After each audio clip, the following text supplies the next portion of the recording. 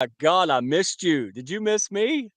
Did you miss me, I Sia? missed Tell you. the Of world. course, we all missed you, Mike. Who doesn't miss Mike? Yeah, I don't believe it. No, you might have fooled the world, but you didn't fool me. All right. So, wow. Hey, this is your turn. This is your. All right. So, San Antonio, I told you to get pictures. If you hopefully you got some pictures, but what the hell, happened? Why were you there, and how was it? San Oh my Antonio gosh, Hounds, man. yes. Yes, we did. San Antonio done did happen, and, we had a blasting good time. So we got to meet up with a lot of folks. The Soaring Prophets flew in from Canada. Benita, Lee, she flew in from Canada. She was actually the reason why we decided to do this trip. Randy House Right. popped in from North Carolina. We had a lot of folks driving in from Houston for this. We had, Kelly driving from Dallas separately. Brian Segre, hometown here in San Antonio, was like chilling like a villain, which kudos, he was our chef. So I definitely want to give like massive kudos to him on that because it was way hella cool of him to to work really hard. So yeah, it was such a fun time. Too much fun. I'm kidding. No, it wasn't. It was too much to throw in into a very short time. So this was a test, if you will, and, I think we got we just bonded. Mike, they got me in my feels of saying goodbye. Oh wow. Well, see, that says it all, man. That doesn't happen much. Hey, No, no, hey, like, legit, Janice. like, literally, people were, like, wiping their eyes, hugging each other, and saying goodbye. It was too short, first off. Anyone doing a retreat of any sort, you gotta give 2 full days to actually do work together, and then allow travel days to count as, like, half days, because seriously, it was everyone flew in on Friday, we were, like, working hard Saturday, and then bolted out Sunday. It was just not enough time, so, Yeah, and um nobody slept Saturday. no. Nobody slept. It was rough, man. I was afraid that Raquel was left behind because she's like, "Well, I'm gonna go back because we might have an extended, checkout." And then everybody was gone, and I'm like, "Hey, did they leave you there?" I was like, "Oh, wow." It's like 2 p.m. I was like, "Please tell me somebody took Raquel out the house." Okay, and by the way, this picture, anybody else think that Randy House kinda looks like Charlie Brown, let me know. I think maybe it's the shirt squiggles. And then Janice looks like she broke is that Janice that looked like she broke out of jail with the orange? Is that who is Yeah, that with Janice? yeah. Oh, Mike. Oh, now Janice knows I love her, and she broke in on my Zoom. I won't embarrass her. Y'all had a fun time. Y'all had a fun time because you all have been driving me nuts since y'all come back, and so I'm gonna be on the next one. I'm gonna have to go. You think this was bad? Wait till I get there. Alright. She said, "Oh, Miss Laquelle said it's a onesie." Alright, so Janice, we love you. And just y'all, look, I wanted to make friends a year and a half ago, and look what the hell happened. So, look, the next time you think to yourself, I couldn't do something in life, or nobody's going to care about my book or my whatever I'm going to do, or my little live stream gets 2 views. I want you to look at the guy in the camo hat. Take a look at what the hell's happening. You can. You should. Matter of fact, sounds because I love to see other people branch out and do great things. I don't get threatened by that. All right. So thank you for sharing that with us, Sia. Thank you for all the hard work. I know I wasn't even there, but this was supposed to be like three people hanging out on the corner and it turned into a daggum project, It which did. there's no one better to run a project than Sia. Hey, shameless and well earned plug, brilliantbeingmedia.com. So let's get to our intro, but I wanted to make sure everybody knew how special this crew is, how much they collaborate, back each other up, do things. And shameless plug, hey, redneckfinancialcoach.com. Get over there and apply, check us out, test drive us. Let's run that intro and get this party started. I can't wait. So Let's excited. let's do it.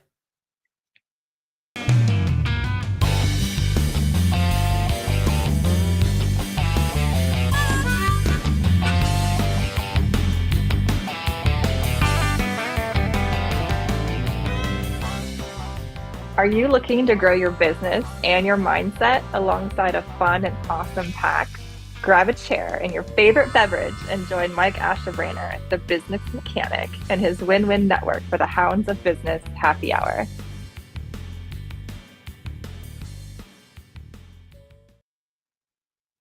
Hey, I'm dying Woohoo! here, dude. I am dying here. I love Janice, and as long as it took me to get a friend like her, I'm not going to screw it up for a joke. Okay, so Janice, if you're watching this, hey, y'all growing on me. I'm mature. And by the way, since y'all were gone, so this whole toilet paper, I haven't threw toilet paper on a live stream in I don't know what 4 or 5 months, and people still talk like I still do it. So the reason y'all send the hate mail to Sia, yes, the Tourette. Um, she don't need a last name. There's only one Sia in the world. So this is what happened, but I still have my Michael Gale. Now look at this. This is my Michael Gale. This is extra man size right here, baby. Michael Gale, MGL Outdoor Adventures. Yeah, exactly. You know how you go grab it and rip it off the roll? Is exactly what he did. Um, so Michael Gale, we love you, man. Keep doing the outdoor adventures. All right, who we got? Let's get through this because I want to get our guest up here and have some fun. Because damn, it's been a long week. It has been. It has been. So we have a big month, Big right, month. Mike? Tell us about it. We do. Okay. It's Well, Hispanic Heritage Month. Tell us what's happening. it is Raquel is going to be celebrating her heritage, the wonderful community that the Hispanic Latino community have together, and she is going to be doing Spanish speaking only shows. And we'll mix it up with some Spanglish mix, obviously, for those that do not speak Spanish. But what a way to celebrate amazing culture, camaraderie. And, we get to hear, Raquel celebrate her Salvadoran background, but also hear a lot of folks speaking Spanish, man. Like, look, come on. It's all exotic and rico suave time. Yeah, I was trying to do it. It's not working. you. It's failing miserably. It it's been a long week. We just love bombed you. So I'm glad you're here. It would be me and the deer stand to etch a sketch if you just decided not to help today. So thank you. Yeah, What all what good. time is it this Saturday? It will it's gonna be 10, 11 as we kind of go bounce back and forth, but it's gonna be 10 a.m. This Saturday. Okay, 10 And a.m. it and Central or East. yeah, I'm so sorry. 11 a.m. Eastern Standard Time, 10 a.m. Central, because the world revolves around us. Okay, damn it, Mike. Did you not It just see all really those don't. pictures of San Antonio? Come on, guy. I know, but New York, that's what my pocket calculator says. Okay, so safe and sound, one stop shop, man. Love, love, love this guys. It's stressful. How many millions of people or caretakers, and again, this is family members. These aren't professional caregivers. These are people that are taking care of mom, dad, aunts, uncles, right? Grandma, grandpa. And, it's stressful. I've been there. I had been there, and I just had a friend of ours, a hound, lose someone, that struggled, and they had to spend time on taking care of that person. They work jobs, right? So this whole thing here, there are products that are created by regular people like you and I, and they are making these because just like Janice Shokrian, right? I always mess her name up, Janice, and her Talcy brand. She made that product because of her dad, right? And his neck, and everybody was crinked, and she saw a problem and a quality of life issue. So this here, I want everybody to tune into this. The recordings, the shows are going to be premiering what in October, really soon. It is it is gonna be launching, this fall, and there are still sponsorship opportunities, and that is what we're looking for. We are in conversation with, obviously, some great major healthcare organizations in support of caregiving, but these are also designed for entrepreneurs. If you have a product that is something that is going to help either the caregiver or the care receiver and give that family peace of mind and give that caregiver peace of mind that they're not gonna break their back helping someone, by all means, there are sponsorship and collaboration opportunities to showcase your product. So, you guys, Caregiving Worldwide Network is the only caregiving healthcare focused network that is launching on CTV and OTT. So, guys, it is going to be amazing. So, to learn more, by all means, you can check out caregivingworldwide.com, and that should be launching in the next week or so. Or just go to Tracy Lamb, who is also a fellow hound. Oh yeah, yeah. So many people in collaborations. There's so many medical professionals, healthcare, caregivers. I mean, if you have something of value, you need to reach out because other shows are on the horizon. So people, doctors who have books and other offerings and anything you can do to give back to the world and ease somebody's suffering in this wheelhouse, man, just reach out. You won't be sorry. Just the best people on earth are working on this. So let's make it happen. Um, And oh, speaking of great people on this war earth, Yeah, that was a good segue. Yeah, that's Mike King with Mike King Biz. Oh, this guy is something else. He's a special guy. Um, Love at first sight. I know it sounds weird, Mike, but hey, it's the truth is the truth, my friend. ESPN Richmond, he is on 106.1, and he has business shows. He has business shows in the morning, and now, Sia, we have a fantasy football show on the radio as well, and we are taping that, or well, we're doing our live streams every Tuesday at 7 p.m. So yesterday at 7, we did that, and it wouldn't be possible without Mike King. What do you want to King, add there? I saw the smile. sir, it's King Mike. Let's be clean. There you go. See, I'm helping you here. Look, I'm stepping to the occasion. It's usually you keeping me in line, but boy, you poured it out there. You're hurting today, Rock. Just like you fought, you won the fight. You're tired this week. Yes, you're welcome. All right. So Okay, everybody, look, go check out Mike King, yes. King Mike, and check out Google ESPN Richmond. And oh, we air on this channel. All right, every Friday, our fantasy league, the people who are matched up, they have special guests and they have athletes and professional people and people in mental health. So it's centered. Yeah, we're having fun with the football theme, but it's really centered around life issues and great things. Once again, something special. So either Tuesday at 7 p.m. Eastern, be there on a live stream on Raquel's profile on LinkedIn, uh, and show up on ESPN Richmond Radio and listen to us actually on the air Friday at 6:30 a.m. All right, Eastern time, because nobody goes on Central. See ya. Go ahead. Whatever.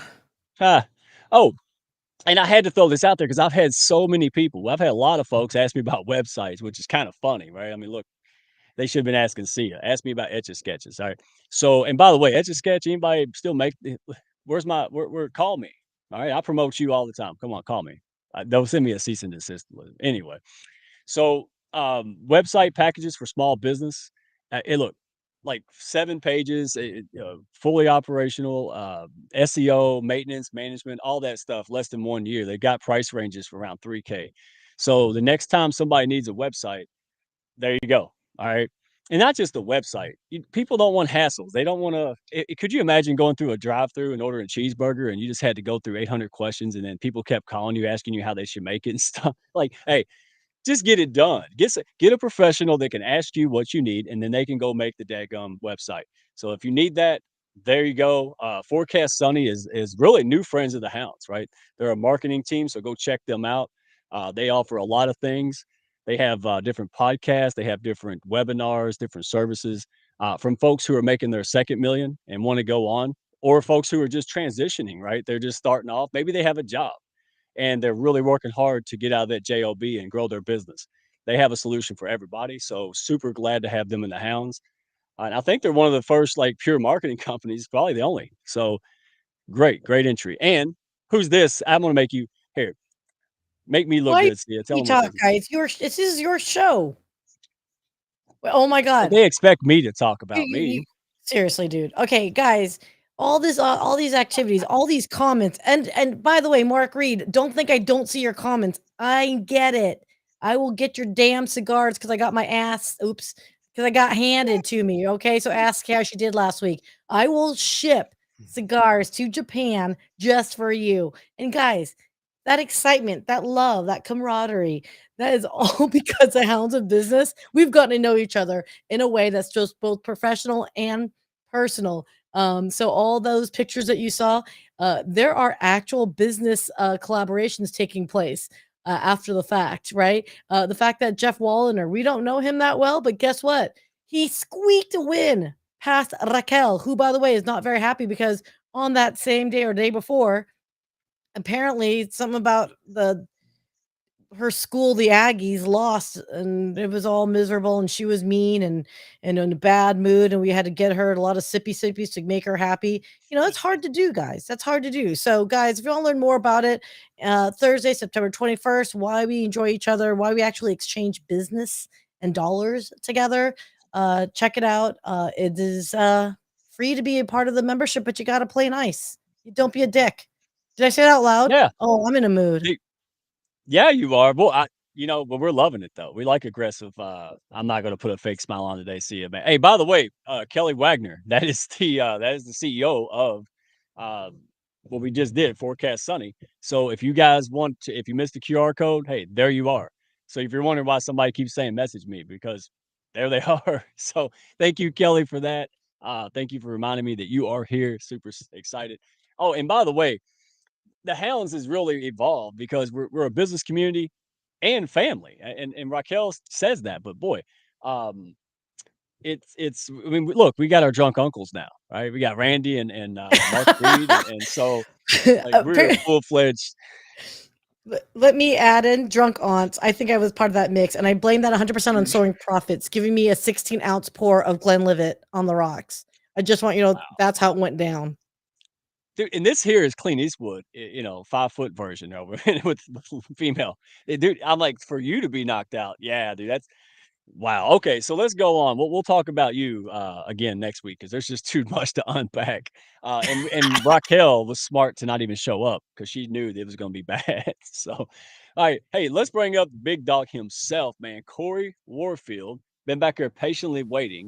Um, how are you, man? Let's sound check again. How are you? I'm great. How are you doing? Oh man, I was so tired, and you guys, man, energy, right? Isn't it great being around unbelievable people? No Can you doubt. stay tired, man? Like, dude, you were the same way. We were kind of like we just woke up, and now like, man, we're just ready to run a marathon, my friend. So hey, appreciate you being here, and got to give a huge shout out to Romita.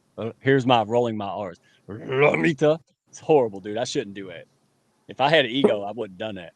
So, um, Raquel and Romita, those are the real two. So I met Romita through Raquel. Raquel, just a social butterfly. Everybody sees her, loves her. She's been with me forever. Been with the Hounds, made it what it is today. And then she met you and found great value and friendship and all these good things through you. And so she is a great connector, and here we are, man. So humongous shout out to Raquel. And she also, like I said, introduced me to Romita. And I've mentioned Romita because she's the one that made it clear that we complement each other really well. Like she kind of pushed that again, so I reconnected with you a few more times, and we had a great combo. And I like good people, my friend. So welcome aboard. All right, so I'm gonna make sure you still hear that clicking noise. Anybody? Hey, by the way, audience, I want to make sure you guys. I always say this like a parrot, but it can't be overstated. This is your time. This is your time to take notes. Don't remind us that you get free advice, right? Okay, we know that. But we're here to make connections, about us to be known, visible, ask good questions. Good questions, Mark Reed. All right. So, all right, he did. Yeah, exactly. How do we know it's actually you, Corey? Pull your beard. We, Do something. we don't. Oh, the digital beard can go pretty far.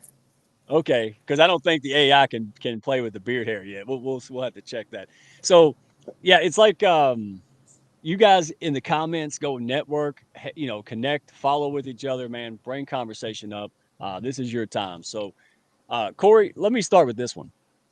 All right, so I'm going to parse out your bio. I'm going to do a little differently because usually I have a panel, right?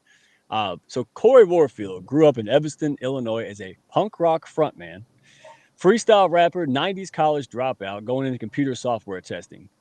Then meteorology, or no, not meteorology. What is this? Metrology, science of weights and measures.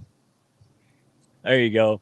Yeah, I know all about that stuff. And then before embarking on a nearly 20-year transitional career in restaurants.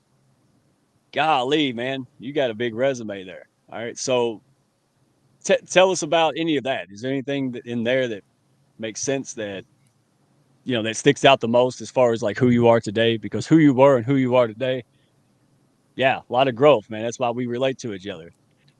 Yeah, well, I'd say, although I waited my last table about 8 years ago after being a bartender, waiter, manager for the better part of 20 years, I still can't turn it off. So certain things, even if I'm at somebody's house and they take a sip of water, I want to go get them a little bit more water. And they say, Corey, this is my house. Like, sit down, right? Let us serve you. If I'm at restaurants, same thing. I'll help the bussers. And right, I just can't turn it off. I've still woken up years after waiting my last table. And so table 36 needs their iced tea, right? And you get in this thing. I don't think I'll ever shake that at 45 years old. That was my kind of formative years. But waiting on people like A-list celebrities and some of my favorite athletes growing up, movie stars, politicians, kind of getting to see how they are when they're not, all eyes on them, cameras and lights are on, was very, I'd say, eye opening. Some of them are way nicer than you'd ever think, and some of them are the shittiest people in the world. And you just kind of understand what you do and don't want to be. If you've ever, get into a situation where you kind of, are shoulder to shoulder with them. And these years later, it's been interesting. I've been a guest of honor at a number of the nice restaurants I used to work at. Right. And so, we'll be ordering whatever wines we want, whatever single malts. And the waiter, sometimes they'll even have known me from all those years ago, because a lot of people are lifers in that industry. And so I think it made me really learn how to listen. I used to say, and it turns out I was wrong, but I used to say for years, and I'm terrible at sales, my thinking on that was everyone that I sold to for 20 years was already hungry. They'd already decided they were going to eat in that restaurant, and they had no choice but to sit at my table. Right? I didn't need to convince them that they should eat. Right? If they didn't drink alcohol, I wasn't walking them into a first growth Bordeaux. Right? And so I learned to work with what I had, and learned to kind of pretty easily get the 25-30% tips. I was at Roost Chris Steakhouse for years, and it was interesting. I had regulars there, and one of them is still a friend of mine today, but they would tip me tens of thousands of dollars when they'd come in. And they'd buy, everyone that they were with, including myself, would get a shot of Louis the 13th cognac. And right, so my bus boys, and if I was splitting with another waiter, they'd have the best night ever because they'd make thousands of dollars. But these guys would fly me on private jets around the country, and it was really interesting. Right, I kind of felt really cool. We had an entourage, and but I realized at a certain point I was still their servant. Right, like even though they treated me like a friend, and the one still does to this day, and that's been over 10 years ago. However, I really just started getting over being a servant in the castle. And so I started a software company. I was crazy enough to do that. Somehow we were able to bootstrap that to market and make some revenue. Then we raised some money. Yeah, go ahead. How long ago was that, man? Because I don't want to leave a story out. How long ago did you Yep. go from working in a restaurant to just saying I'm going to start a company or help out? Yeah, about 7.5 years ago. And it was, I was the founding Wow. CEO. So I had to learn things like SEO and graphic design. And so you can imagine being a waiter from age 20 to age 38 or something like that. It really was a learning curve. And I just didn't take no for an answer. I think I was just ignorant enough to do it. I read the Lean Startup. I read Traction. I learned how to wireframe and mock up. I tried to teach myself how to code. It's funny, all these years later, now you don't need code anymore. I'm going back to learn Python and some of the languages that I should know. Right. Just kind of being a tech visionary. But I was with that company for some years. When I raised my big round, they replaced me as a CEO and gave me kind of a make believe title and a very small salary, and named me the non-executive chairman of the board. And that was my first step towards the world's Wow. smallest exit. But I've gone on to start some other companies and raise some big investment rounds and have some fun in the entrepreneur space. So it was all net positive. Man, it, that drive that you have, that you just turned around and you threw so much out there. I can't even unpack it all, man. It's just so these transitions really happen later in your life, right? Like you wasn't 20, 25, 30. You were in your 40s when you were like, hey, because this is why I love finding that common ground with you. You're either going to build someone else's business or you're going to build your own. Somebody else's dreams or your dreams. And it could have been fine having a job and all that good stuff, but like you said, man, I'm still the servant. It's not mine. I don't own it. So when did you know, like, because I want the audience out there. We see people like you and all these folks, and we go, oh well, they're just gifted and special, and things were easy. Nothing was easy in your life, man, and that's what's intriguing about it. So, was it always inside of you for those 40 years, as you just worked like most of us do, and just pushed and grind? When did you know that you were destined to something else, that you were going to go and go for it and build your own business or help other people do it? Yeah, I think I always did have the ambition. I kind of always thought I was living in the metaverse, and I was always very cognizant of being an observer and felt like I'd been observed. But I ran for student council president in high school. My band went on some tours. I thought we were going to be rock stars, and we got kind of close. But in my life, I've had some real ups and downs. So I was homeless for over a year when I was in my late teens, sleeping in parking garages and things like that, and getting beat up in the middle of the night. And those type of things stick with you as well. And so I remember even at some of my darkest points, decades ago, some people were just nice, or sometimes all it took was a stranger to smile at you, and it changes the game, right? And so I've kind of, as my waiting career, I always made sure I always had a smile on my face, and I think that's just one of the basics is you check your problems at the door. But even on social media and starting companies, and now if I'm giving a keynote to 1,000 people, or if I'm pitching an investor for potentially millions of dollars, I always just keep that same mentality, right? I can't not be nice, and we all have our moments, right? But I always try to Right. put myself in check, and I think that really is a stayover from those days. So I think I am the man today that I am only because of primarily all those years of waiting tables and then the years of starting companies. Yeah, I'm gonna go on a venture here, and say because you're a down to earth, likable ass dude, man. Like that's you're just down to earth. I didn't look. I tell it like it is. It took me a while to believe it. You know what I'm saying? Because usually I can just pick up and watch somebody and go, oh, they're full of shit or whatever. But you, I was like, man, he seemed real genuine. So I just kept on, and now I know why. Because you're humble roots, man. You just worked hard. You were out there. You're doing your thing, and that says a lot about you. And I think that's why people, you have some fans and some people here, some hounds that's raving about you, man. So Raquel, oh, hey, good. We got to, listen, Raquel, how did LinkedIn influencing come about? So she done jumped the gun, man. Come on now. So there you go. You went from helping start companies. Is that how you got on LinkedIn? Yeah, so I had a company. The first one that I started that actually got some traction was a company that dealt with the unpredictability of scheduling in the restaurant industry. So in that industry, your shift changes all the time. You're on call half the time. You don't know if you're working the next day. You don't know how much money you'll make. And so we use data and machine learning to kind of solve for that. Ultimately, we scaled up some of the national restaurant accounts and helped them stay compliant with scheduling, help their employees kind of work more when they wanted to. But so I was starting that company, and I didn't have a LinkedIn. I didn't have a laptop. I didn't have a LinkedIn. I read some books, so I knew to get an EIN and a DUNS number. And right, I mean, I kind of just it's like the old adage of you eat an elephant one bite at a time. It's like, okay, what's the next thing I have to do?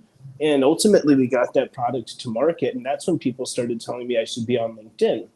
And so I created an account, and it was really fortuitous timing. It was probably 7-ish years ago. And they had just really kind of made a big push to make it more like social media and let people upload videos of themselves. And so there's a woman in Chicago where I'm from named Carrie Luxem, and she's wonderful. She has a company called Carrie Luxem, and then her and her husband owned about 100 Dunkin' Donuts in Chicago. And so I was doing my research, and I said, 100 Dunkin' Donuts, right? That'll make us $1 million a year in revenue. So I wanted to pitch her, right? And so I figured I'll be strategic. And at the time, she was doing videos of herself on LinkedIn, and by metrics, especially at that time, she was going pretty viral. I mean, she could pretty easily get 50 likes, even 100 likes on the videos of herself. And she was, she's a mom of three, nice looking blonde lady. And so I think that contributed a bit. And so I was just engaging with her videos. That was effectively my entire engagement strategy. And I'm one of those weirdos. I have a Google Doc I give to my clients that has links to every post I've ever done on LinkedIn for 7 years ago. So you can go back and scroll to the bottom, thousands of Wow. posts and hundreds of millions of views ago, and see some of my first posts that were just the worst ever, right? And they had zero likes. I think a couple of them still have, right? I think I'm one of the more viewed influencers on LinkedIn worldwide at this point. But you go back there and you see me doing everything wrong. But so I finally got the opportunity to pitch Carrie Luxem, and she didn't know she was being pitched. She thought she was just meeting a fan of hers that had been real supportive of her content. So we got on the phone and I pitched her. I said, I think you guys should use the software that I've created. And she basically said, whoa, whoa, whoa, that's not how this works. You don't hop on a phone with somebody and pitch them. She said, I'm not using your software. We've got 2, 3, 4 employees at these places. They work whenever they want to, right? She said, in some cases, they don't even have cell phones. She said, we're not, and this is, again, 7 years ago or something. And she just wasn't interested at all. And she basically was like, is there anything else you want to talk about? So I'd just love to get to know about you a little bit more, see if there are ways that I can support you. And I talked to all these restaurants, and her company is an HR outsourcing for restaurants. So I'm talking to all these people. Why don't you tell me what you do? And right, I can start to tell people about that as well. And so, and anyhow, we ended up becoming very good friends. And whenever she came out with a new book, she'd send me dozens of copies of the book. I get them in the right hands, and all these years later, we still have a friendship. But what was interesting is after that call, she reached out to me and she said, "Corey, I had a realization. You should be doing these videos like me." And on the one hand, I'm thinking like, you're an attractive blonde woman. I'm just some dude, right? Like nobody wants to see this. Like I literally have zero desire to sit around and watch dudes talk on LinkedIn. Why, unless they're going to spend a bunch of money on my software. So right, I had this kind of disconnect, but she really pushed on it, and so I did a couple videos, and for whatever reason they started going pretty viral, and I think it's just because not too many people were doing videos at that time. Naturally, I have a big gap in between my teeth, although my dentist likes to hide it from me sometimes when he puts me under. So at that time, I had this big gap in my teeth, and my beard was a little shorter. And people, for whatever reason, just liked watching me get on and talking about whatever the heck I was talking about, right? And Right. so that was what started to get me going viral. And a few of the people that were fast tracked to 1 million followers at that time, which was unheard of, started watching my videos and liking them and commenting on them. And so that had an amplification effect. And that was kind of the beginning of my journey into becoming a quote unquote LinkedIn influencer. And the law of reciprocity is something I talk a lot about, but kind of my eye opening moment with the law of reciprocity is I stopped doing the videos. I said, my videos were typically 3 to 5 minutes long. And I realized I felt like a piece of crap because I was taking everyone's time and I wasn't reciprocating. I wasn't watching anybody's videos. I didn't want to. I didn't have time for it. I was on the call all day long and all these things. And so um, ultimately, I stopped doing the videos because I felt bad that I wasn't watching anybody else's. And it was the craziest thing, Mike. It's probably like if you stopped doing your live show, right? I had hundreds of people messaging me, and at the time, I had probably 10,000, maybe not even 10,000 followers, right? Not a huge following, but people kept reaching out. They're like, "Where are the videos? We missed the videos. We love the videos." I was like, "Well, okay. First of all, success leaves clues, right? There's writing on the wall. If people want the videos, I'm going to do the videos." A couple of my big prospects started to reach out and say that they had appreciated when I was doing the videos as well, and so that kind of led me to believe that they could be a traction channel. And so I Right. came up with this concept. And it was about 6 years ago. I said, okay, I'll only do 30-second videos of myself, and I'll use a hashtag which is value in 30. I'll make sure everyone just has one nugget. You can watch it in 30 seconds. So I'll trend this hashtag. I'll be cognizant of people's times. If anybody wants to follow suit, I'll follow the hashtag. I'll search it every day. I'll watch their videos, unless 1,000 people do it. Right now, I've got Right. 500 hours of but so or minutes rather. But still, that was the genesis of my value in 30 videos, and those just blew up. And I had some of the bigger names and executives even within LinkedIn at the time were really keen on my videos, and I just kept them really short and clean, and my followers started to skyrocket pretty quickly to 100K and then a 250,000 and stuff like that. And people started coming to me wondering how I was doing it. And so, although I love to help everybody in the world, back in the days, we used to say the game is to be sold, not told. And so I figured, hey, these Right. people are coming to me wanting to make a bunch of money off of me teaching them what I've learned. So I started teaching for it again, and that was at this point I've done very strong revenue off of my coaching Right. product. And I see there's a QR code there. It's a product that's coming out here in just about a week. That's everything I teach my coaching clients without having to deal with me breathing down your neck as a one-on-one coach. But yeah, it's just kind of all been organic at this point. That's amazing, dude. See, again, you just have so much to unpack. But here's what I heard, man. Reciprocity. That's on every damn page I have on anything, man. And it's I call it kindergarten skills, sharing your daggum crayons, man. It really isn't. I was the guy who shared it with me almost 2 years ago. He put it real simple, Corey. He said, deposits and withdrawals is how he explained it. So if you work, and you work hard at something and you put your paychecks in an account and you do that for years and you have thousands, hundreds of thousands of dollars just put up. Well, when you need to go get 20 bucks one day, you got 20 bucks, right? No problem. And it's not that we're keeping score with people, but good people can't help but to reciprocate, right? Like if somebody does something above and beyond or does something that make you feel special or help you or grow, you're going to find a way for them. And you do that quick. Like I can tell anytime you tag me, I must have done something. Somebody did something, right? Because you're tagging somebody, you're trying to bring them notoriety or visibility. And that's what counts. And I'm glad someone saw that in you. So you pitch slap somebody. Let me make sure I get this right.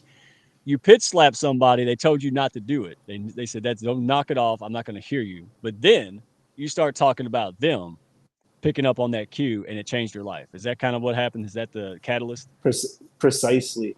And I want to switch gears and go into a weird concept because I know you do the financial coaching and you mentioned the $20. And as a counter perspective that I think is equally interesting, I'm involved with a company called Share that's the shared economy, and I think it's really cool. And they're partnered with us at my company Uplift that's providing universal basic income, starting off in some of the developing and under resourced areas of the world, and then we'll scale up globally.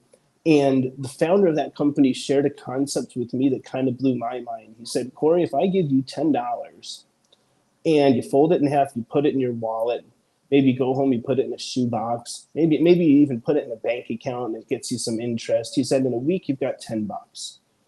In a year, you've got $10. He said, in 10 years, you might have 11 or $12, but it's not much more money. You waited 10 years for that. Mike, you talk about the diminishing rate of returns, right? I mean, Yeah. that's not very good. That $10 bill is worth $10.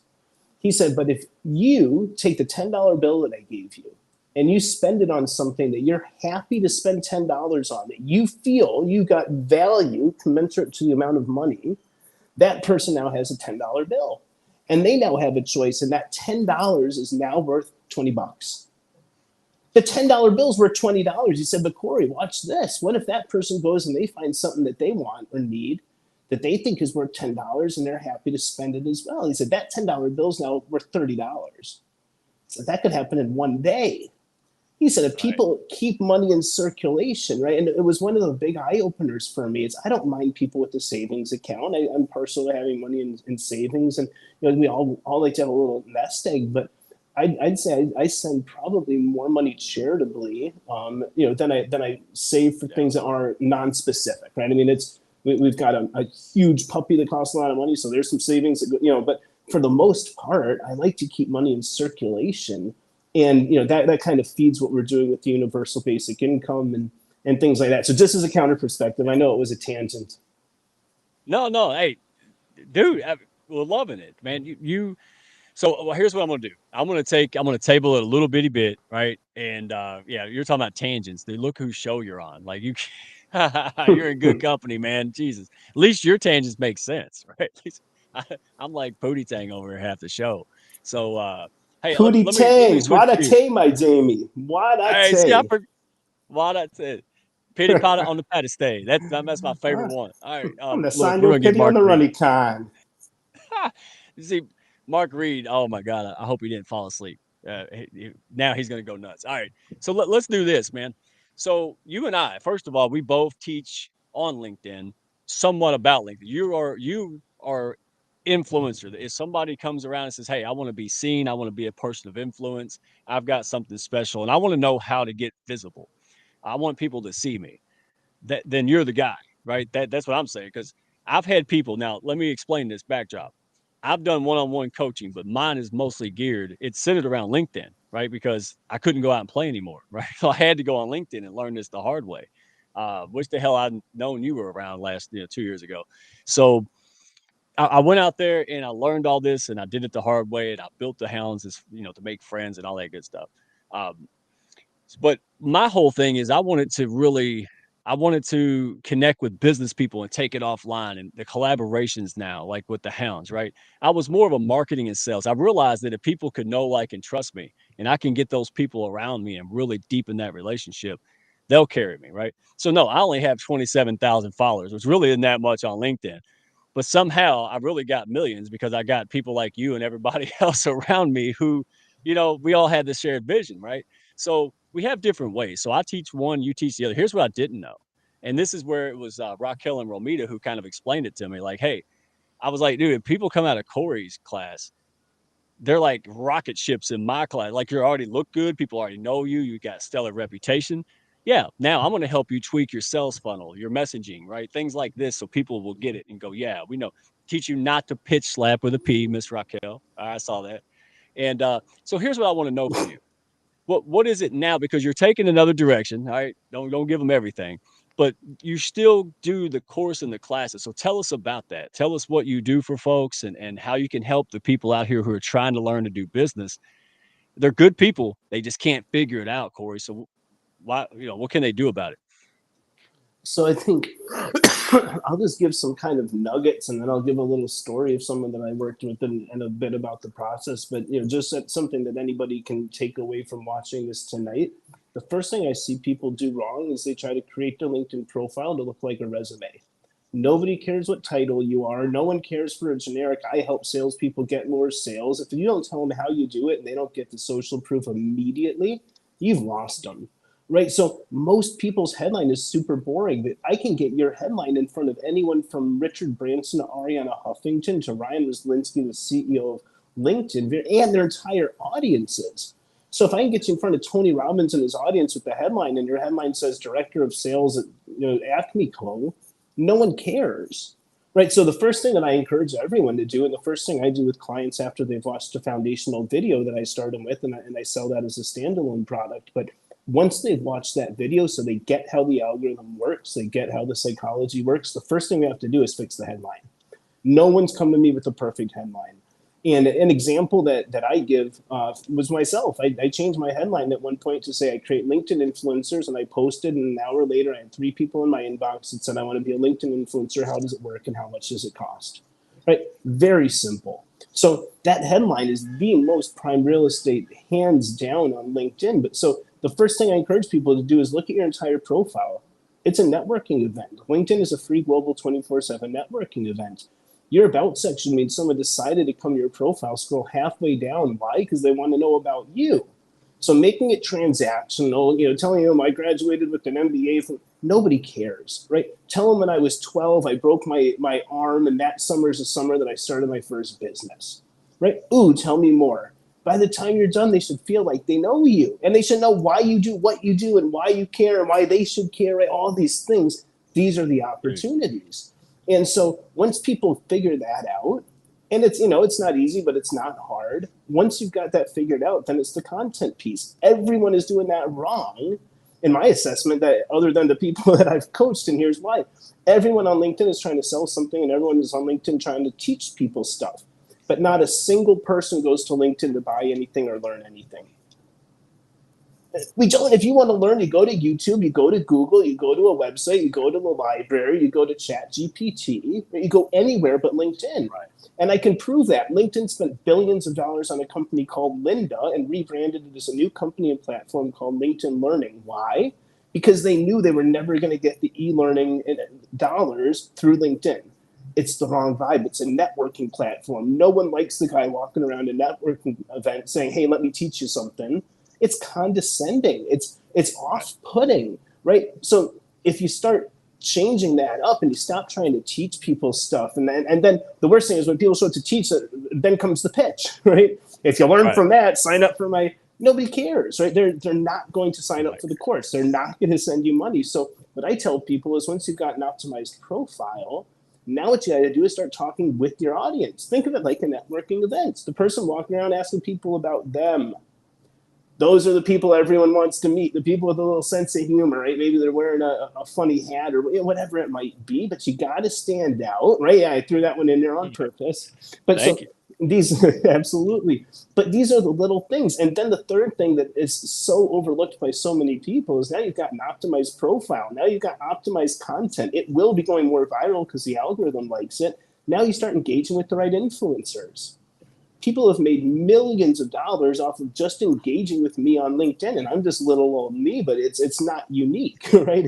We influencers, we do wield a certain amount, at least, of social capital, of views. We're all getting millions of views monthly, and so if you get in front of that many real adults on a platform and you're not overtly trying to teach them or disrespect them or condescend or sell them something too hard, and instead you just tell them what your superpower is in a way that they can get it. Right? I create LinkedIn influencers. Okay, I want in.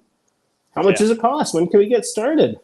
It's $5,000. We can get started when it hits my bank, right? It's But one of the stories I love to tell, I have so many of them, but there's a girl that I coached, and a woman, I should say, But she came to me a year and change ago, probably call it a month and or a year and 4 months ago.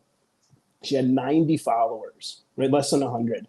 She said, Corey, I want to be a LinkedIn influencer, right? It's when my headline said I create LinkedIn influencers. And she read the writing on the wall and she came up. She said, I don't know that I can afford you yet, but I want to know how much it costs so that I can save up and hire you someday. I said, nope. She was in Nigeria. I said, we're not doing that. I said, here's what we're doing. I'm going to coach you right now. I said, if you can't make the money that my coaching costs by me coaching you, then I need to figure out what I want to do when I grow up, right? I said, and I don't do that often. Right, Typically, right. I'll make payment plans, but at this point, she really had spoke to my soul. And so anyway, her name's Nora Bachman. She went from 90 followers to 100,000 followers in 3 months, Wow. right? Just by 3 doing months. what I yeah. She now I believe has a 250,000 Wow. followers. Well, but Dang. more interesting than that, she's got a couple LinkedIn top voice badges, which is huge in Nigeria. And just yesterday, she announced that LinkedIn Pulse has nominated her as one of 5 nominees for Nigeria Influencer officially by LinkedIn of the year. Right, so Wow. we've got a big campaign. If anyone watching has a minute or two, please check out Nora Bachman's LinkedIn and just give her a vote. It'll take less than a minute. But yeah, I just see people shouting out Nora. People that know her love her. She became Yeah. known as the storyteller on LinkedIn. Period. Right, because we built a brand. Right, what do people want that you do? Right, and how do we position the way that they understand they can benefit from it? Right, if you say I'm a storyteller, nobody cares. If you say I'm a storyteller that can make you a bunch of money, people are a little bit more inclined to listen. Right, so now we Right. kind of nuance that, and right, how do we kind of make that look a little bit prettier and sound a little bit less stale? Yeah, Raquel's saying lead with kindness, 100,000 million trillion% yes. Right, I think it's all Right. energy, it's all vibes. People hire people that they like because you're gonna be spending time together. But so that's it. I think that is the strategy. Is just stop doing all the bad stuff everybody else is doing, right? Right. And just actually show up authentically to network, figure out how to convey your true value proposition. Um, and that to me I found is almost always the winning strategy. Yeah, man. Hey, bug zapping versus dog catching, man. Everybody done heard my story, at least that where I didn't know any better, man. That COVID hit, we couldn't go out and play. And see if you want to find that question popping up, or I'll finish this while you're looking for it. We couldn't go out and play, so I didn't know. I knew people who jumped on LinkedIn, sent messages, and it worked for him. It's rare, but it worked. At least worked, to get what he was looking for. Me, I hated doing that. I hated running up and saying, "Look at me." It's not natural for me. So just like you, I figured out, and I was taught by somebody. I had somebody kind of give me some guidance, like that lady did with you, and gave me permission to be myself and to, build a way. Like I figured this way: if I could get people to know me, and I could be there and use my life experience to help them with what they're going through. These people, some of these, I mean, 95% of the hounds is women still, right? So they were going through divorce and they were changing jobs. And, I've been there. So instead of talking about money and finance and all that, I just talked about how I could help them. And guess what? The market went down, right? In the first of the year. And guess what? There I was.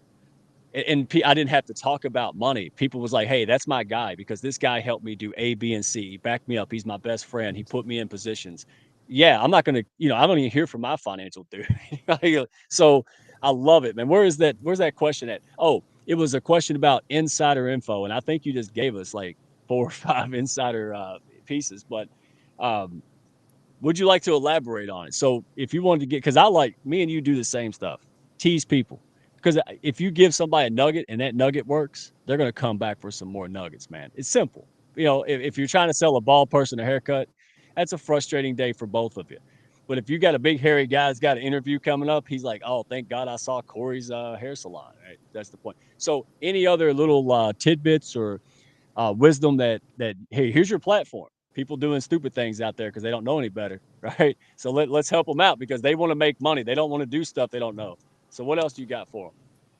So typically, I would put a line in the sand, and the rest would be for people that wanted to invest in that. But I love you, and I see every name popping up in this thread. I see if I know you, I love you. So I'll give a couple more, and I think these are really important. The first one is a lot of people have their target. influencers on LinkedIn, and we get tagged hundreds of times a day. We get hundreds of thousands of messages every day. So LinkedIn is really a challenging place to get in front of someone in that perspective. My second tidbit is going to contradict that a bit, but so thinking you're going to get on their radar by engaging with them and tagging them and messaging them is a losing proposition most of the time, right? However, virtually all of them, or I should say all of us, have Instagram, we have Twitter, we have Facebook, and I'm not going to change any of the names of those platforms just because but that's what I call them, right? Threads, YouTube, everyone has different channels, and so you start engaging with them on Threads, they're like, whoa. I posted 10 times here, logged in 14 times. I've got 0 likes, and all of a sudden, Mike just commented on 2 of my threads. That's cool, right? Instagram, hey, I've seen this guy Mike's name on LinkedIn a couple times, and now he's liking my pictures over here. I wonder what he's up to, right? What's this all about? And so that's a really great way to get on the influencers' radars. Here's the other one, and you don't need to leave LinkedIn for this one, but it's really powerful. You go to someone like my or anyone's profile that's someone you want to be on the radar of. And when you go to their all activity, rather than staying on their posts, so you see all their posts, and so they may never ever know that you liked or commented on that post or not, or it puts you in the bucket of kind of, you're one of the fans, and they're on stage kind of a thing. But if instead of that you scroll one button over and now you're in their all activity or their comments, you can see who they're engaging with. And you'll notice a lot of the people they're engaging with don't have big followings, and their posts aren't going nearly as viral. And so, I'll use my friend Bridget Hyacinth as an example. If someone wants to get on Bridget's radar, you go and you see that she's commenting on Annika Davies' posts and Corey Warfield's posts. And so you start engaging with those. So Bridget starts to see you as one of her people. Hey, this guy supports Annika just like I do. Right. And I've gotten, executive leaders at the $1 billion round reaching out to me after I've implemented that strategy. And you can start following and connecting with the people that they engage with. And now you're actually part of their circle and they can see that. Right. Hey, this guy Corey's a second connection. Let's see who we know together. So I think those to me are 2 pretty strong growth hacks on LinkedIn, especially as they pertain to influencers. Man, dead on. And I'll piggyback real quick because we got questions for you. I want to get to highlight that, man. But I would say the same thing, Corey. Whoever asked that question, I would say. So I like to give this one. Everybody talks about how the inbound or content is king. I think for me, it's hard to tell. It's either king or queen. Outbound, what you're talking about, going out there and sharing your crayons, man, getting noticed by helping people. Uh, get what they want. And we all want to be seen. We all want to be valued. We all want to be special. So go out there and give that. So here's what I'd go to the profile, just like Corey said, and go and scroll down and like several of the last posts. Go check out their last live stream, make comments in the replays. It's not rocket science. I taught that today. Again, we're on the same wavelength here, man. Um, and that's how you get noticed, because guess what Corey wants? He wants more visibility and he wants people to recognize. So if he sees you pop up and do it all at once, because when Corey goes and I go to our bell, we see you. I mean, that's the secret. If you're going through and liking all my stuff, man, we're gonna see it, right? So yeah, that was for free. So we're not gonna give that much more free. We'll give some more concepts and some stuff, but that was, yeah, man, the good stuff. Y'all see why I like this guy? He's all heart. He just gives it out there. He wants to see people daggum win. That birds of a feather right here. All right. So Mark Reed said, Corey, how do you deal with trolls? Now we're not picking on Mark today. Oh, he's not talking about himself. Wait a minute. So Corey, how do you deal with other trolls that are not Mark Reed and interact or respond or just delete or move on? Good question, Mark. Yeah, so I'm one of those guys. The bigger you get, the bigger a target is on your back. So I've had death threats. I actually had someone find out where I live and send me my address and tell me that they're going to pay me a visit. And on the one hand, I just made sure I was ready for them, and they didn't show up, which was great. But I've had a lot of trolls and people try to spread rumors and lies, and right, because there's success breeds a really weird type of mental health issues in certain people. So for me, what I do is I try to love the hell out of them, right? That's kind of, you don't ever hate somebody, just love the hell out of them. But I have to be very cognizant, because when people start to threaten your life or your safety or that of your families, that's not something that you can take too lightly. But for the most part, I mean, yeah, I block sometimes. What I don't do is I don't feed the trolls, right? So if someone's coming on Don't feed the and trolls. they're trying to goad me, they're not going to get me, right? They're trying to get me to slip up and say something that's Right. going to potentially, if I say something that costs me one client, that's $5,000 out of my pocket. Nobody got time for that. You know what I mean? So Right. um, typically I'll just ignore it. I had a post the other day, and it was sponsored. I was paid handsomely to do the post, but someone in the comments simply put a comment that said promoted post question mark or sponsored post. Now it felt a little jackassish, but what I could have Yeah. done is deleted the comment, and maybe that would have pissed them off, and they do a post about. So I could have responded and said yes it is or no it isn't or however I wanted to, but I simply just didn't respond to the comment. Right, it's your world. I think Yeah. everyone needs to kind of live within their own boundaries of comfortability. But for the most part, I just say don't feed the trolls. Haters make us greater. They mean that you're on the right path. Everyone on this call that does aspire to grow big, or those that have grown big, have had their haters already, and I don't think they go Oh yeah. away. So all you can do They is try to don't. love them from a distance They don't, and man. That's starve brilliant them. advice. Oh, I love that. Don't feed the trolls, like a petting zoo or like That's like a it. state park sign. Like, don't feed the bears, the trolls, or Mark Reed. All right, we got that, man. That's the three no nos. And Mark Reed, don't you get over and get sympathetic. He calls me names, man. Corey Warfield, Mark Reed calls it hurts my feel. I'm a very sensitive guy. You could tell, right? I get very sensitive when he says things. Mark Reed, you don't hurt me, man. I'm the mighty honey badger. But hey, I love that approach because Corey, a lot of people will want it to engage with that person. And here's what I learned. I'm not even that, big, but I have I'm a respected audience. I have a community and I make decisions based on the hounds of business community best interest, not mine. So sometimes I want to come in there and volley it up, had a bad day, somebody, took a whiz in my lawn, and I want to go, but I don't.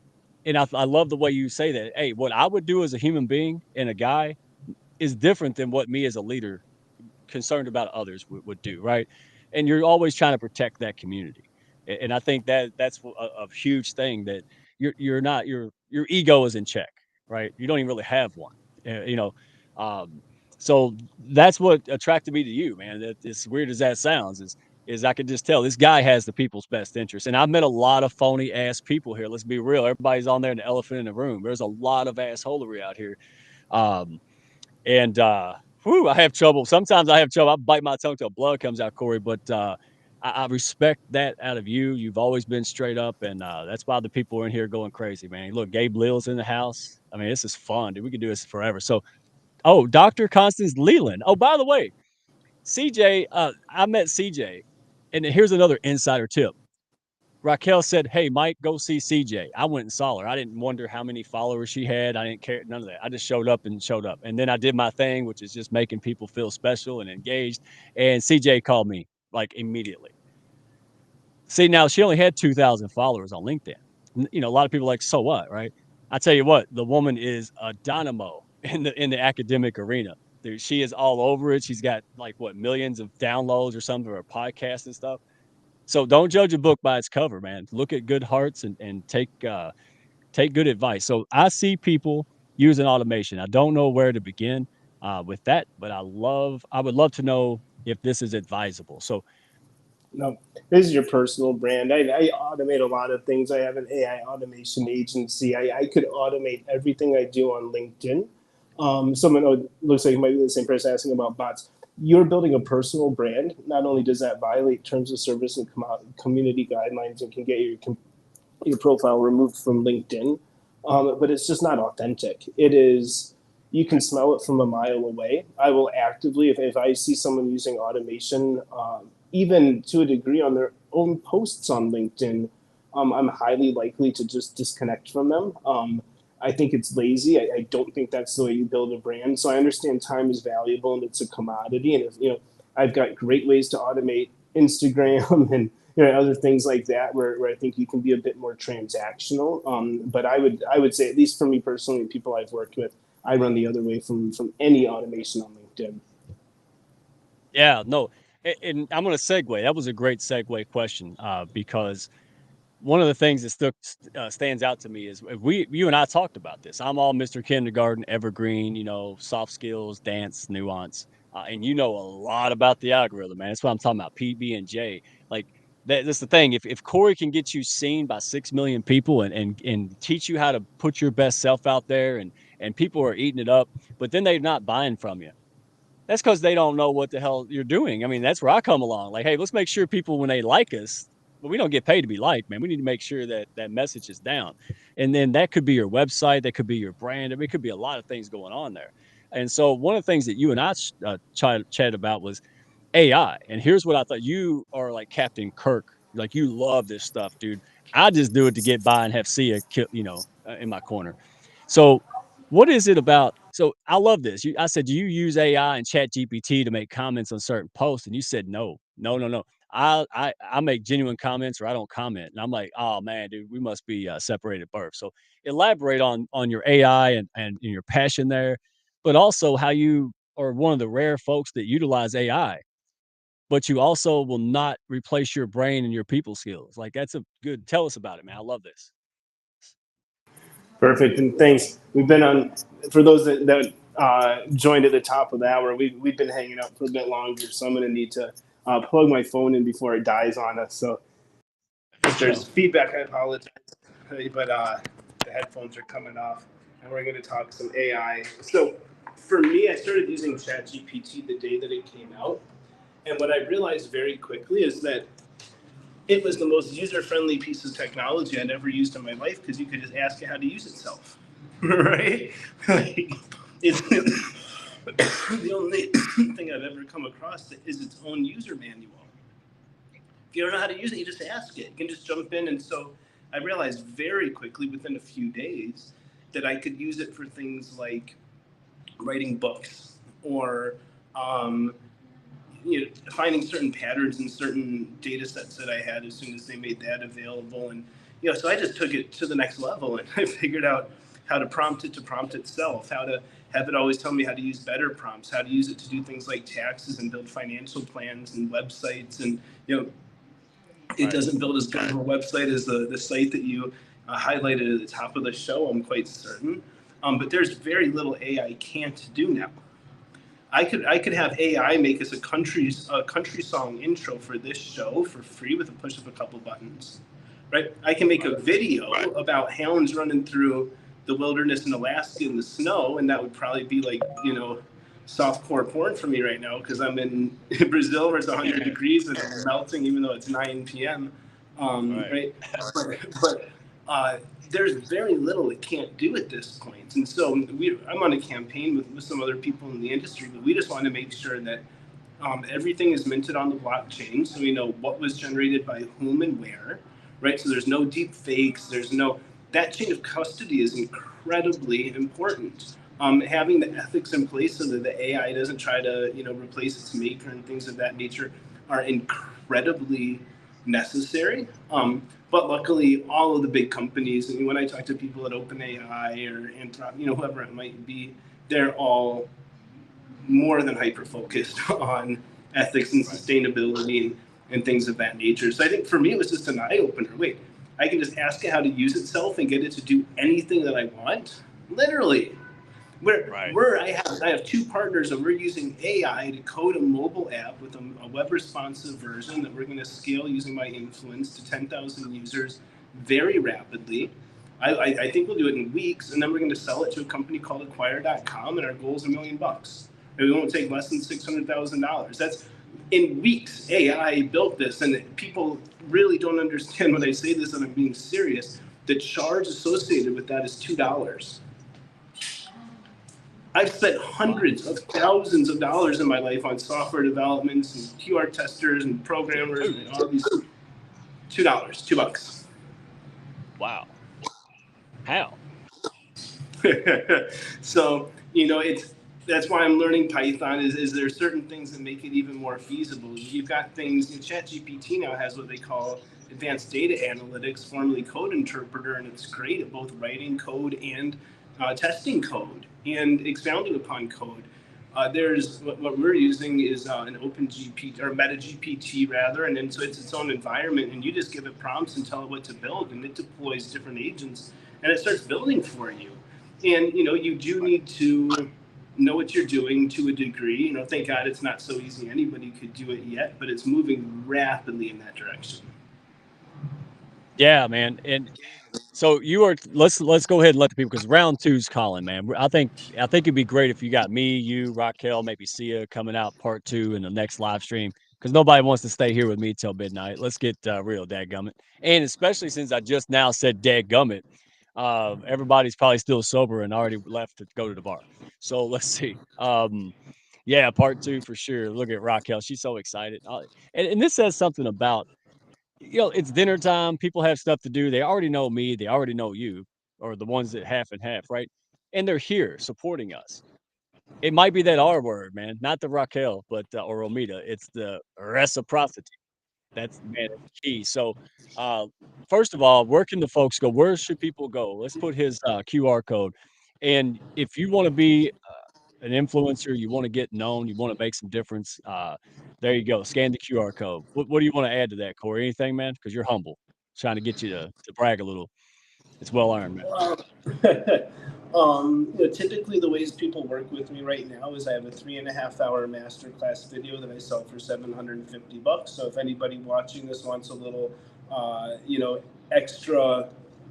extra tips and everything I teach my clients kind of all in one place. It's 3.5 hours, $750. And what I was thinking I could do for this group is add a second 2 hour video on how to use generative AI included in that price. So, I'm soft pitch, but if anybody wants to kind of get real with all the stuff I teach about the algorithm, the psychology, my take on the branding, messaging, sales, all of that masterclass is available.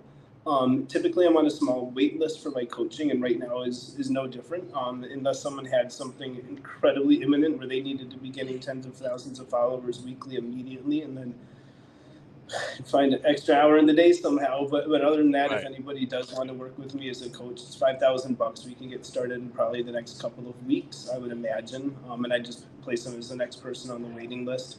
And other than that, just find me on LinkedIn, Corey Warfield. I should be easy to find. If not, let me know. I'll have a chat Yeah. with my friends there. But I'd say just follow me on LinkedIn. I talk a lot about how to remove plastic waste. I talk a lot about engineering and 3D printing and a lot about animal welfare. And I like to show up and talk about stuff that people care about and hold space for others to talk about themselves. And anybody that's part of the Hounds of Business community, I'd love to engage with them as much as I can and stuff like that. So find me there. You'll see what I do. I'll see what you do. We'll see if there are ways we can work together. Hey, I love it, man. And tell them the hounds. Tell them when you go to check Corey out, say the hound sent you. Let him know that that this is where it came from, man. Because all boats rise. I love to know that, and I'd love for Corey to go. Gosh, man, there's a lot of people because this ain't a cult. It's not a prison. The doors don't lock from the outside. We are all in this together, and again, we complement each other, man. My group coaching goes so much better when I have folks like you and Tanya Eberhardt, right? When someone has a great brand it makes it so much easier for us to go out there and show that off and teach them how to go use their LinkedIn kindergarten skills, man. So it's bravo, love it. You make my job easier.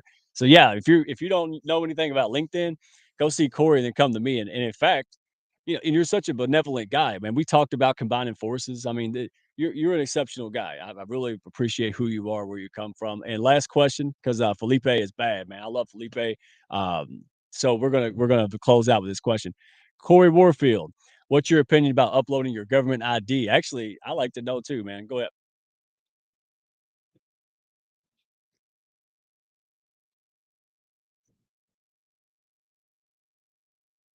I I can't hear him.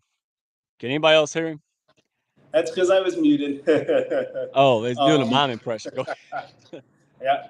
So just wanted to make sure you were actually paying attention. I am, bro. For for me, um, sorry, it's 9 p.m. That threw me off. So now I forgot. Felipe was asking me. Can you repeat the Oh, question? if the government, so the Oh yeah, government yeah, ID, yeah. what's your take on that? Yeah. So it's in an effort to make sure it's only real accounts, which I can appreciate. As soon as I verified it, they gave me 6 top voice badges, which was fantastic. So I do think it's, if you're going to play the game, verifying is probably wise. I think one thing we didn't talk about today, but LinkedIn's building their own AI, and they're building this large language model purely with generated data from their platform. So they want to make sure that they don't have fake people with fake data that's going to inform their AI. So through that lens, I support it. I think it's fairly smart. I like that they don't make it mandatory. So if people don't want to, they're, worst thing, they might not get the top voice badge or something like that. Now, I think everyone has their own version of privacy concerns, and I'd say if someone's apprehensive, don't do it. I personally don't have a problem. I mean, I I carry my ID with me, and and I use my face to unlock my phone every day. So and if my retina can get, in other words, I'm an open book. So you want my ID, I'll give it to you. But I can appreciate both perspectives, and and people that don't like that as well. Yeah, and again, I to me, it's a bittersweet, man. It's I can see it if you have low engagement, low followers, I would really think that it would be a good thing. That way I know at least you guys passed some kind of, vetting process. But me, I don't have an aversion to it. I've just been so busy I haven't. But I'm not no daggone bot. I don't act like a bot. I don't do shit like a bot. I don't send connection requests. The fish jump in my boat. So if you do have privacy concerns, I'm with you. It's like, each got to make their own decision, but um, don't act like a damn bot. Just go out there and act like a real caring human being, and ID or no ID, you're fine, right? So, hey, you're tired. It's late. We went overboard, but I tell you what, man, I appreciate you. Um, we're all about spotlighting good folks, man, and that is it. So, thank you for coming out. Look, they're so excited they just can't. They just back there just messing up the chat.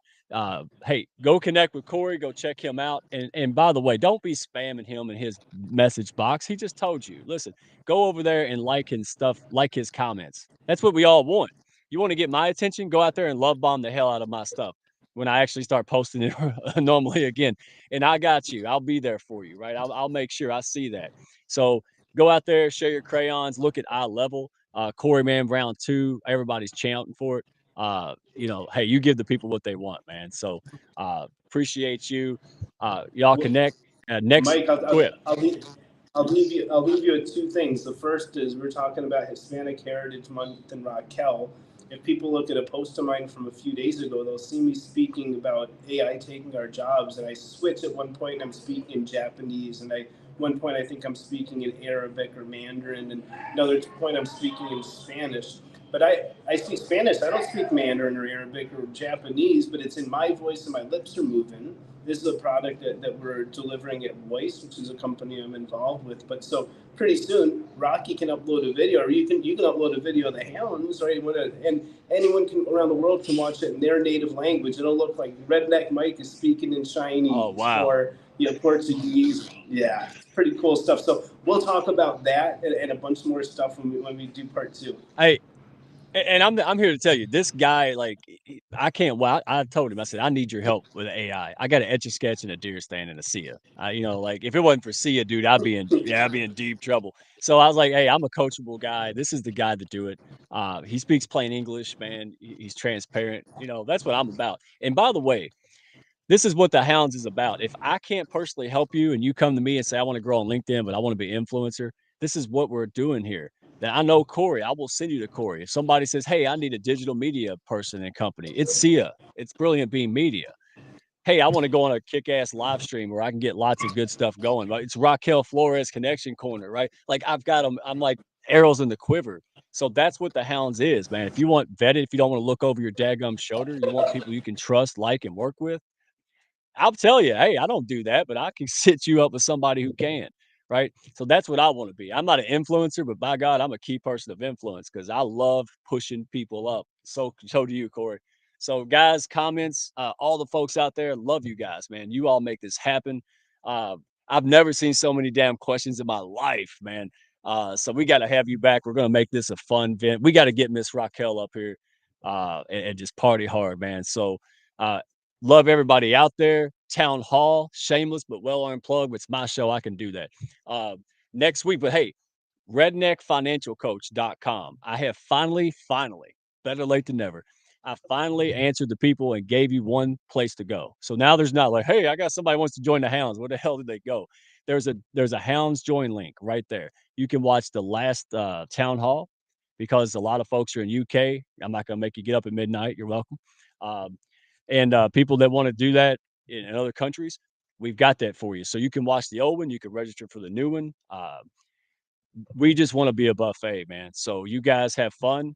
We will see you on the next one. Next Wednesday's on Mindset. I got a special guest. Corey, you're the man. Appreciate everybody. Round up that video. Have a good rest of the week, everybody. Thank y'all for stopping by. Be sure to follow, share, and like, and send me a message if you had fun today. Y'all come back now.